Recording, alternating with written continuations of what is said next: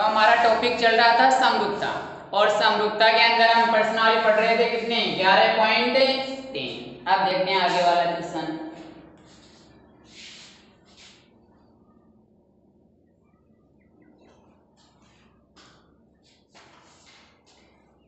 सिद्ध कीजिए किसी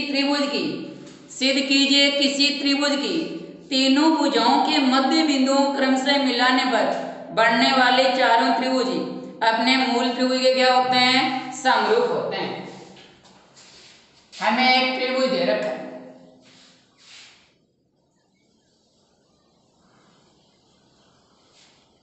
ए बी सी। त्रिभुज एबीसी की भुजाओं के मध्य बिंदु, ए बी का मध्य बिंदु डी, बी सी का मध्य बिंदु ई और ए सी का मध्य बिंदु एफ। मध्य बिंदुओं को मिलाने से कितने त्रिभुज बनेंगे, 4। ये चारों त्रिभुज अपने मूल त्रिभुज के क्या होंगे, समरूप होंगे। मूल त्रिभुज कौन सा है बताओ, ए बी सी। अब ये चार जो त्रिभुज बने हैं अपने मूल त्रिभुज के क्या होंगे, समरूप होंगे। ए बी का मध्य बिंदु क्या है, डी है। बी सी का मध्य बिंदु क्या है, ई। त्रिभुज की दो भुजाओं के मध्य बिंदु को मिलाने वाला रेखाखंड तीसरी भुजा के समांतर में क्या होता है, आधा होता है। क्या होता है, आधा। तो यहां से ये डी समांतर क्या बन जाएगा, एफ। अगर डीई एफ के समांतर तो क्या डीई इस एफ सी के समांतर नहीं होगा। इसी प्रकार ई भी मध्य बिंदु और एफ भी क्या है, मध्य बिंदु। मध्य बिंदुओं को मिलाने वाला रेखाखंड तीसरी भुजा के क्या होगा, समांतर। यानी ई एफ किसके समांतर होगा, ए बी के। किसके समांतर होगा, ए बी के। इसी प्रकार ये भी दो मध्य बिंदु है। मध्य बिंदु को मिलाने वाला रेखाखंड तीसरी भुजा के समांतर में क्या होगा, आधा होगा। क्या होगा, आधा। तो यहां से बताओ बी ई एफ डी कौन सा चतुर्भुज बन गया, समांतर। समांतर चतुर्भुज बन गया ना। इस समांतर चतुर्भुज का ये विकर्ण दो समान भागों में क्या करता है, विभाजित। अगर इसका क्षेत्रफल 5 वर्ग इकाई है तो इसका भी कितना होगा, 5 वर्ग इकाई। यानी दोनों त्रिभुज हैं ये क्या होंगे, सर्वांग सम होंगे। क्यों होंगे, क्योंकि इनका क्षेत्रफल क्या है, बराबर है। इसी प्रकार ये दोनों त्रिभुज भी क्या होंगे, सर्वांग सम।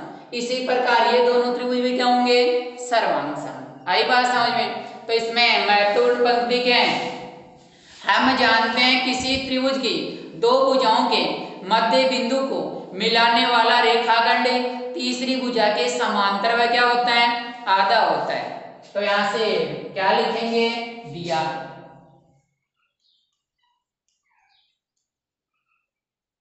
क्या दे रखा है क्वेश्चन में, त्रिभुज ए बी सी की भुजाओं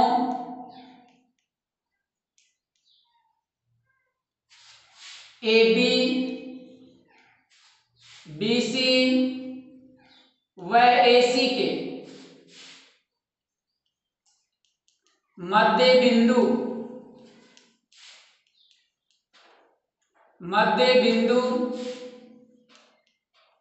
क्रमशः डी ई व एफ में। सिद्ध क्या करना है,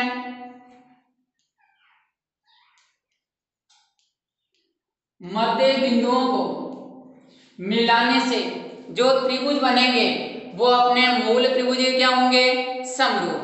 यानी त्रिभुज ए बी सी समरूप होगा किसके, ए डी ई। किसके, ए डी एफ के। ए बी सी समरूप होगा ए डी एफ के, समरूप होगा बी डी ई के। किसके होगा, समरूप होगा त्रिभुज बी डी ई, समरूप होगा त्रिभुज कौन सा, डी ई एफ, समरूप होगा त्रिभुज कौन सा बच गया, सी ई एफ। ये चार मूल त्रिभुज है कि नहीं, 1 2 3 4 है ना चारों। ये अपने मूल त्रिभुज हैं, एबीसी इसके भी समरूप, एबीसी इसके भी समरूप, एबीसी इसके भी समरूप और एबीसी इसके भी समरूप। ये हमें क्या करना है, सिद्ध करना है।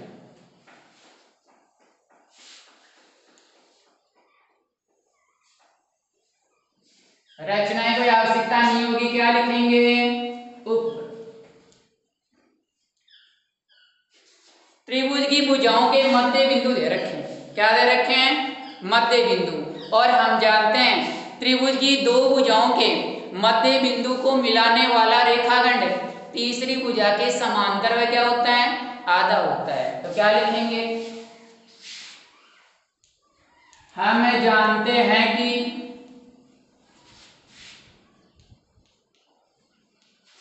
त्रिभुज की दो भुजाओं के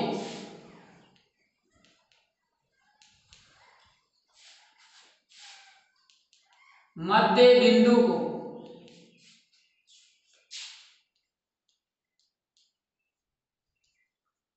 मिलाने वाला रेखाखंड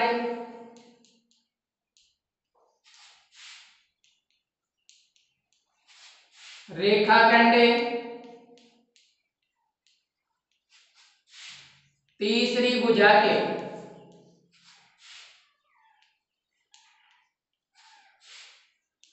समांतर वह आधा होता है।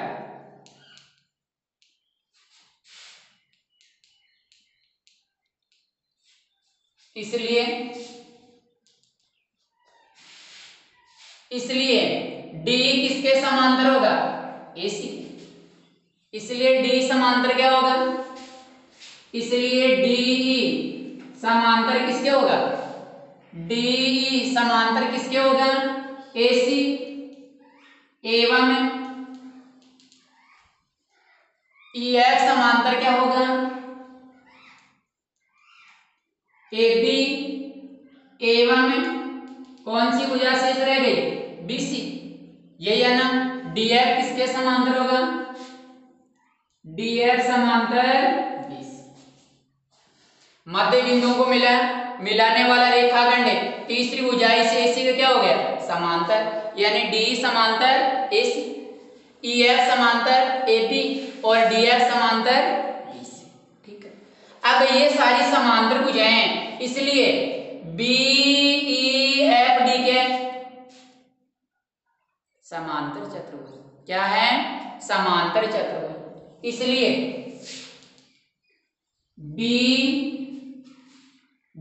बीईएफडी के एक समांतर चतुर्भुज है। क्या है, समांतर चतुर्भुज है। इस समांतर चतुर्भुज की आमने सामने भुजाएं समांतर होती हैं और क्या होती हैं, बराबर। तो बताओ ये डी विकर्ण है, इसे समांतर चतुर्भुज के दो समान भाग बना रहा है कि नहीं। दो समान भाग कब बनेंगे, अगर उसके सारे अंग क्या होंगे, समान। जिसके सारे अंग समान होते हैं वो क्या होता है, सर्वांग सम। क्या होता है, सर्वांग सम। इसलिए त्रिभुज डीबीई त्रिभुज डीबीई सर्वांग सम होगा किसके, बताओ, डीबीई सर्वांग सम होगा किसके सर्वांग सम होगा, बताओ, ईएफडी के। किसके सर्वांग सम होगा, ईएफडी के। ठीक है, इसको देंगे समीकरण 1, इसको देंगे समीकरण 1। एवं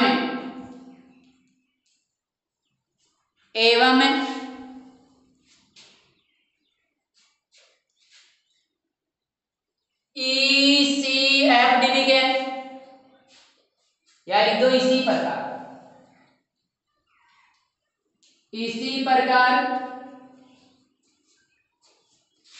ईसीएफडी भी क्या, ईसीएफडी समांतर चतुर्भुज है। क्या है?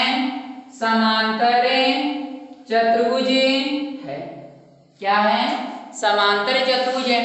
ECFD भी क्या है? समांतर चतुर्भुज। इस समांतर चतुर्भुज के विकर्ण क्या करेगा? समान दो भागों में क्या करेगा?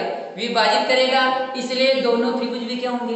सर्वांग सम। इसलिए त्रिभुज ECF, इसलिए त्रिभुज ECF सर्वांग सम होगा। त्रिभुज किसके? ECF सर्वांग सम होगा किसके? FDE के। किसके होगा? FDE के। इसको देंगे समीकरण 2। इस वाले को बता दिया हमने क्या? समांतर चतुर्भुज। इस वाले को भी बता दिया समांतर चतुर्भुज। बच गया कौन? ADEF भी क्या है? क्या है? इसी प्रकार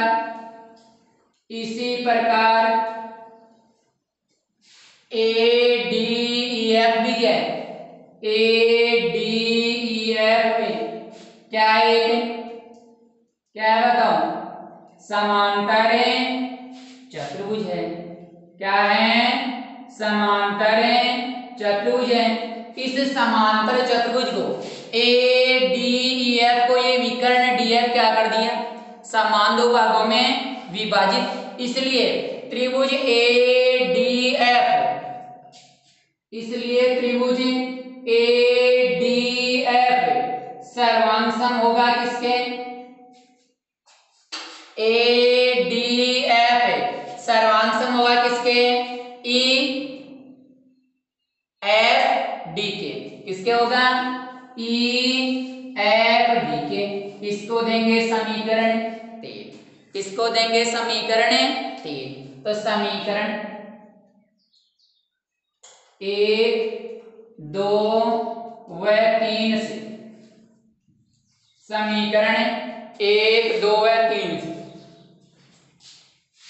DBE समीकरण 1 तो ये वाला था, 2 और 3 से चारवीं त्रिभुज क्या बन गए? सर्वांग सम। क्या बन गए? ये दोनों त्रिभुज सर्वांग सम।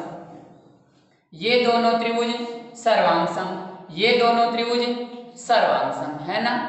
तो समीकरण 1, 2 व 3 से बताओ त्रिभुज DEF सर्वांग सम है। त्रिभुज ADE सर्वांग सम है। त्रिभुज B या DBE कौन सा? DEF। कौन सा त्रिभुज? DEF। त्रिभुज DEF थोड़ा है, कौन सा दे रखा है? AD। कौन सा है? एक तो त्रिभुज कौन सा है? AD है क्या कहीं? ये रहा। कौन सा है? ADF है हमारे पास। त्रिभुज ADF सर्वांग सम है। त्रिभुज ADF के कौन सा है? ये। DEF है कौन सा है? DEF कौन सा है? DEF नहीं है, कौन सा है? EFD सर्वांग सम। फिर EFD के सर्वांग सम ये है, कौन सा है? ये BDE है, कौन सा है? BDE नहीं है, कौन सा है? DBE है, कौन सा है? त्रिभुज DBE सर्वांग सम। कौन सा बच गया बताओ? ADF हो गया, EFD हो गया, DBE हो गया, ये बच गया ना। कौन सा है? ये ECF है, कौन सा है? ECF है, कौन सा? ECF ये रहा, कौन सा है? त्रिभुज ECF। ये चारों क्या है? सर्वांग सम। ये क्रम यहीं से लिखा हमने। क्या है क्रम? ADF है ना। ADF ये रहा, ADF EFD E F D ये रहा, डी बी ये रहा, डी बी और ई सी एफ ये रहा, कहाँ गया ई सी एफ, ये रहा, ये क्रम लिखा है। अब हमने पढ़ा था सारी सर्वांग सम आकृति क्या होती है, समरूप। तो नीचे क्या लिखेंगे, हम जानते हैं कि सभी सर्वांग सम आकृति क्या होती हैं, आकृति क्या होती हैं, सभी सर्वांग सम आकृति क्या होती हैं, समरूप होती हैं। क्या होती हैं, समरूप होती हैं। इसलिए त्रिभुज एडीएफ, त्रिभुज एडीएफ सर्वांग सम से समरूप किसके होगा, ईएफडी के, ईएफडी के समरूप होगा किसके, डीबी, डीबी ई के समरूप होगा किसके, ईसीएफ के, ईसीएफ के। अरे ये सारी आकृतियां क्या है, सर्वांग सम है, तो क्या ये समरूप नहीं होंगी, क्या होंगे ना। इसको दे देना समीकरण कौन सा, 4, कौन सा देंगे, 4। अब एडीएफ लेंगे हम, कौन सा त्रिभुज, क्योंकि मूल त्रिभुज बड़े वाला त्रिभुज नहीं है ना, अभी बड़े वाला नहीं है ना। अब त्रिभुज एडीएफ व त्रिभुज एबीसी में,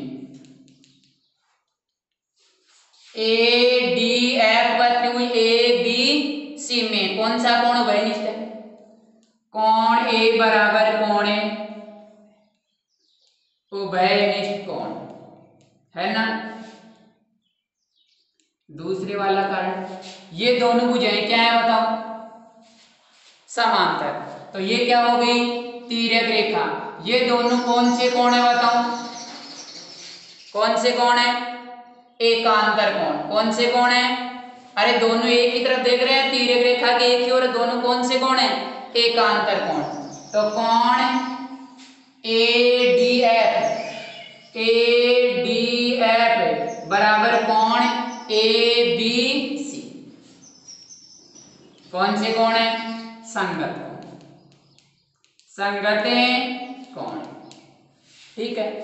तो कोण कोण, कोण कोण समरूपता से, कोण कोण समरूपता से त्रिभुज एडीएफ, एडीएफ समरूप होगा त्रिभुज एबीसी। इसको देंगे समीकरण कौन सा, 5, ठीक है, कौन सा देंगे, 5। अब देखो ये एडीएफ है, चारों के समरूप है कि नहीं, एडीएफ चारों के समरूप है, और अगर एडीएफ एबीसी के समरूप है तो क्या एडीएफ ये एबीसी इसके समरूप नहीं होगा, चारों के। तो समीकरण 4 व 5 त्रिभुज एबीसी समरूप होगा किसके, एडीएफ के, एडीएफ समरूप होगा त्रिभुज किसके, ईएफडी के समरूप होगा किसके, त्रिभुज डीबी के, डीबीई के समरूप होगा किसके, ईसीएफ के, ईसीएफ के। ये में क्या करना था, सिद्ध करना। तो महत्वपूर्ण पंक्ति क्या है इसमें कि त्रिभुज की दो भुजाओं के मध्य बिंदु को मिलाने वाला रेखाखंड तीसरी भुजा के समांतर में क्या होता है, आधा। इन दोनों को क्या बता देना, समांतर चतुर्भुज, फिर दोनों भी का यानी क्या हो जाएगा, सर्वांग सम। ये दोनों समांतर चतुर्भुज तो ये भी सर्वांग सम त्रिभुज हो जाएंगे, ये समांतर चतुर्भुज है तो ये भी क्या हो जाएंगे, सर्वांग सम त्रिभुज, ठीक है। फिर समीकरण 1, 2 व 3 से ये 1, 2, 3, 4 भाग क्या बन गए, सर्वांग सम। अगर ये सर्वांग सम है तो क्या हो जाएंगे, समरूप। फिर लेंगे त्रिभुज ए डी एफ व ए बी सी को समरूप बताना। देंगे समीकरण 5, समीकरण 4 व 5 से इसमें क्या जुड़ जाएगा, यहाँ एबीसी और जुड़ जाएगा, बाकी वाला ऐसा है।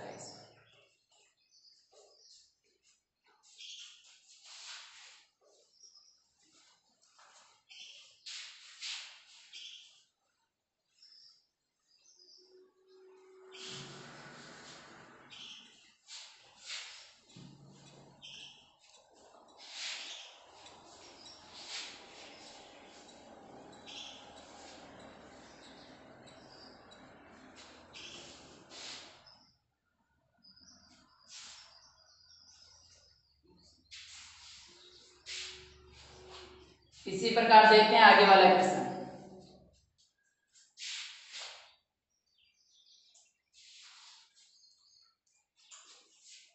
आकृति दर्शाए अनुसार, हमें आकृति दे रखी है,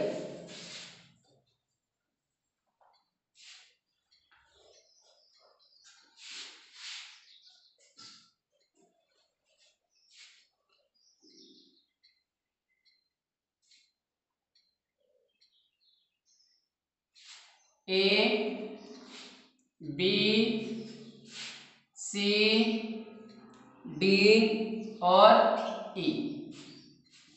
आकृति दर्शाए अनुसार यदि ए बी लंब बी सी, ये ए बी है, किसके ऊपर लंब है, बी सी पर। डी सी लंब बी सी, ये डी सी है, ये भी किसके ऊपर लंब है, बी सी पर।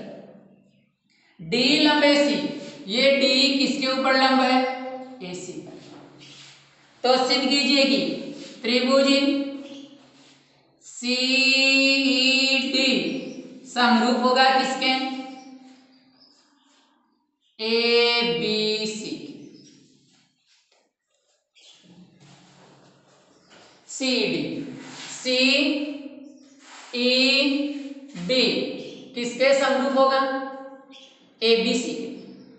किसके समरूप होगा, ए बी सी के। यही है ना।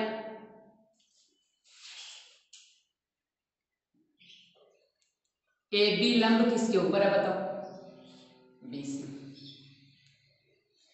और सी डी लंब किसके ऊपर है, या डी सी लंब किसके ऊपर है, बी सी पर। ये भी 90, ये पूरा कोण भी कितना, 90।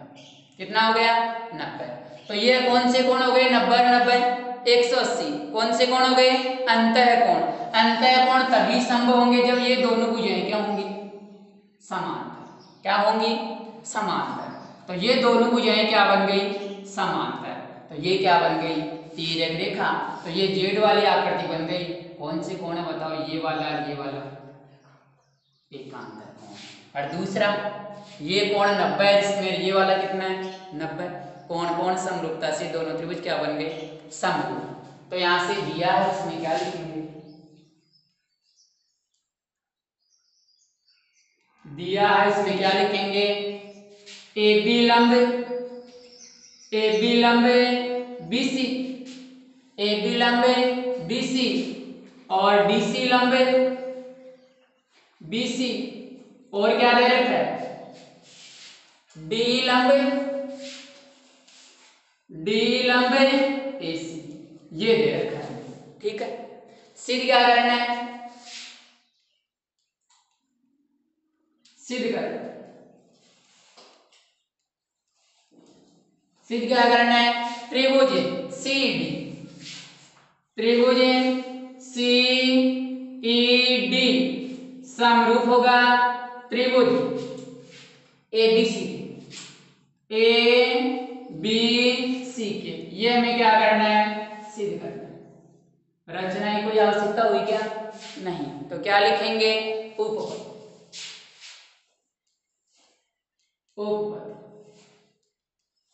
त्रिभुज, अब देखो ए बी किसके हैं, ऊपर लंब है, ए बी लंब बी सी एवं डी सी लंब, ए बी तो लंब है किसके ऊपर, बी सी पर, और डी सी लंब किसके ऊपर है, बी सी। इसलिए कोण ए बी सी प्लस कोण ए बी सी प्लस कोण DCB, DCB बराबर कितना हो गया है 180। ये 90 है, ये 90 है, तो दोनों का योग कितना बन गया 180।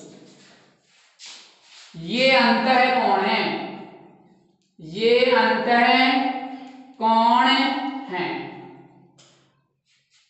ये तभी संभव होंगे, ये तभी संभव होंगे यदि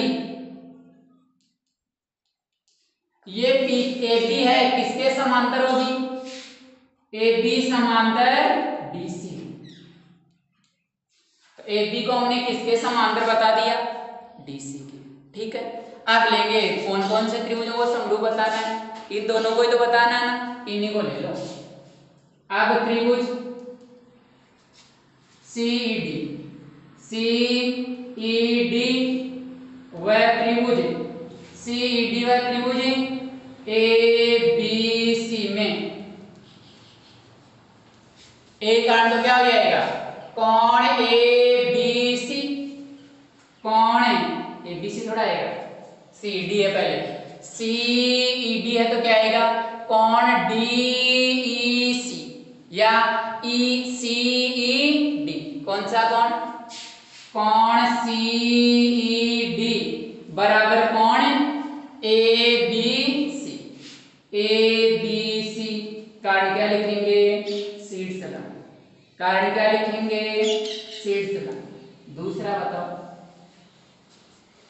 CED, ये दोनों रेखाएं समांतर हैं कि नहीं, तो ये क्या बन गई है, तिर्यक रेखा जेड वाली आकृति बन रही है कि नहीं, कौन से कोण हो गए, एकांतर कोण, तो कोण DCE, कौन सा कोण, कोण DCE किसके बराबर होगा, BAC के, BAC के, कौन से कोण, एकांतर कोण, कोण कोण कोण कोण समरूपता से, कोण कोण समरूपता से त्रिभुज CED समरूप होगा त्रिभुज ABC। ये हमें क्या करना था, सिद्ध करना।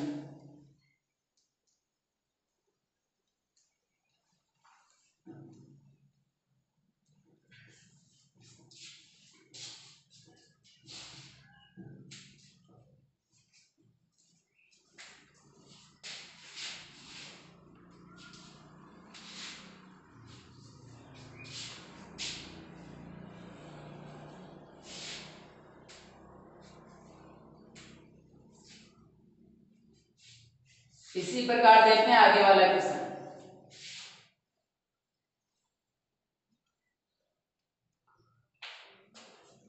त्रिभुज ABC की भुजा, त्रिभुज कौन से हैं,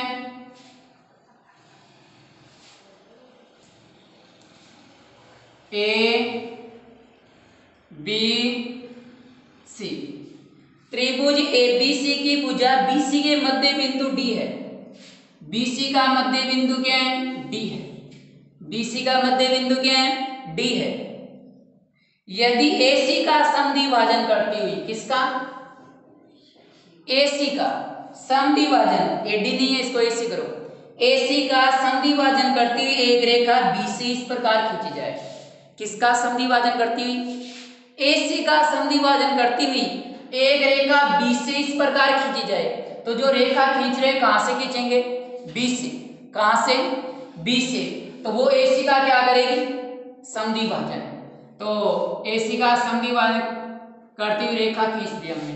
ठीक है, B से इस प्रकार खींचेगी वह भुजा AD को, तो E पर भुजा AD को, कौन सी भुजा को, AD को तो कहां काट रही है वो, E पर, AD को तो कहां काट रही है, E पर, और AC को अक्ष पर काटे, AC को कहां काटे, अक्ष पर, कहां काटे, अक्ष पर। तो सिद्ध कीजिए कि EX बटा BE किसके बराबर होगा, 1/2 ई एक्स बटा बी, ई एक्स बटा बी किसके बराबर होगा? 1/2। किसके बराबर होगा? 1/2। बीसी का मध्य बिंदु क्या है? बीसी का मध्य बिंदु क्या है? डी। तो बताओ एडी क्या बन गई? त्रिभुज की माध्यिका क्या होती है? त्रिभुज की माध्यिका समभुजा को क्या करती है? समान दो भागों में विभाजित। अगर सामने वाली भुजा के समान दो भाग हैं तो शीर्ष से निकलने वाली रेखा क्या होगी? एडी। ये डी समभुजा का मध्य बिंदु है, तो बताओ एडी क्या बन गई? माध्यिका। क्या बन गई? माध्यिका। ये बी एक्स है, एसी को क्या कर रही है? समान दो भागों में विभाजित, तो बताओ बी एक्स भी क्या बन गई? माध्यिका। और जो माध्यिकाओं का संगामी बिंदु है ई, माध्यिका को कौन से अनुपात में विभाजित करता है?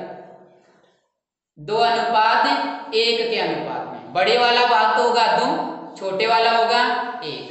अब देखो ये ई एक्स है, ई एक्स छोटा भाग है कि बड़ा? और बी बड़ा।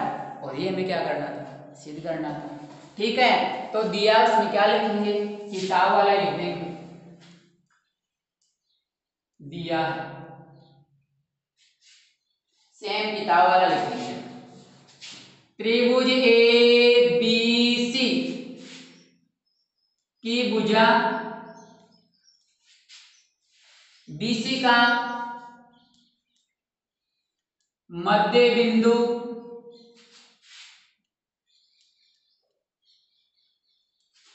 डी है एवं एसी का समद्विभाजन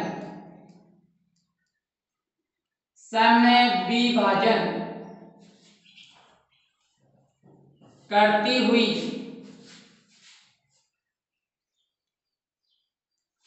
एक रेखा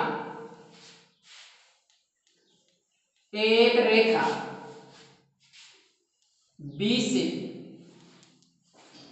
इस प्रकार खींची जाए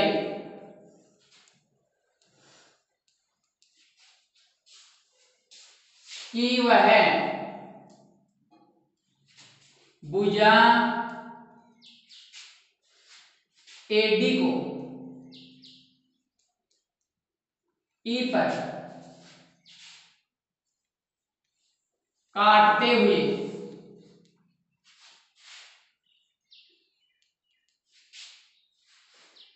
एसी को अक्ष पर काटे।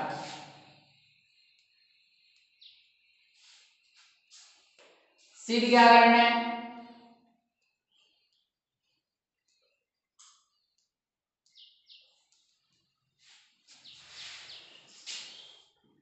ई एक्स बटा बी बराबर 1/2।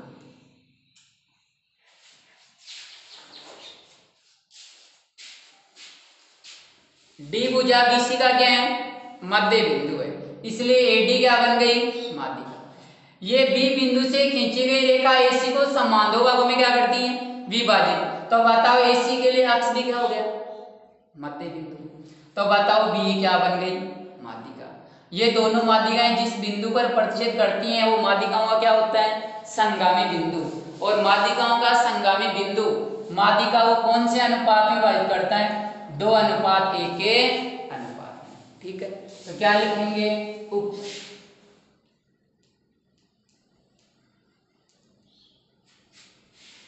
डी बीसी का क्या है? बीसी का क्या है? मध्य बिंदु है। डी बीसी का क्या है?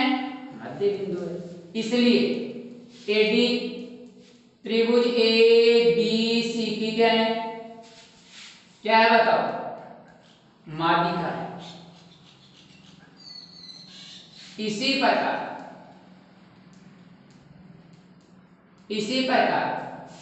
अक्ष AC का क्या है, क्या है बताओ, मध्य बिंदु है, क्या है, अरे मध्य बिंदु ही तो है ना, इसलिए BX त्रिभुज ABC की क्या है, ये अक्ष है, AC का मध्य बिंदु है, तो जो है नी मध्य बिंदु को मिलाने वाली रेखा क्या होती है, माध्यिका, इसलिए BX त्रिभुज ABC की माध्यिका है। ये दोनों माध्यिकाएं कौन से बिंदु पर प्रतिच्छेद करती हैं, E पर। तो क्या जानते हैं आप माध्यिकाओं के बारे में, हम जानते हैं कि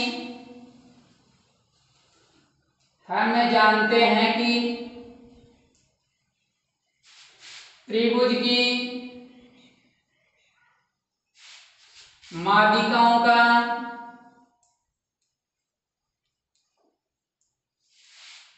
संगामी बिंदु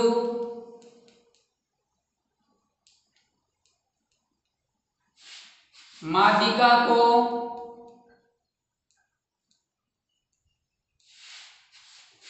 दो अनुपात एक के अनुपात में विभाजित करता है।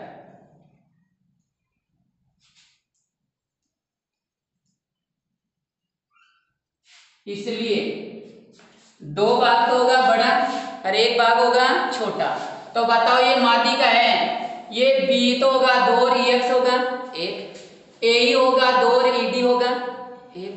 हमें EX और B की आवश्यकता है ना, तो लिखेंगे BE बटा EX, इसलिए BE बटा EX बराबर B तो होगा 2 और ये होगा 1, दोनों पक्षों को उल्टा कर दो, EX बटा BE बराबर क्या लिख देंगे, 1 बटा 2।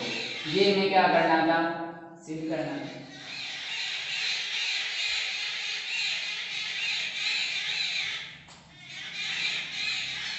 ठीक है,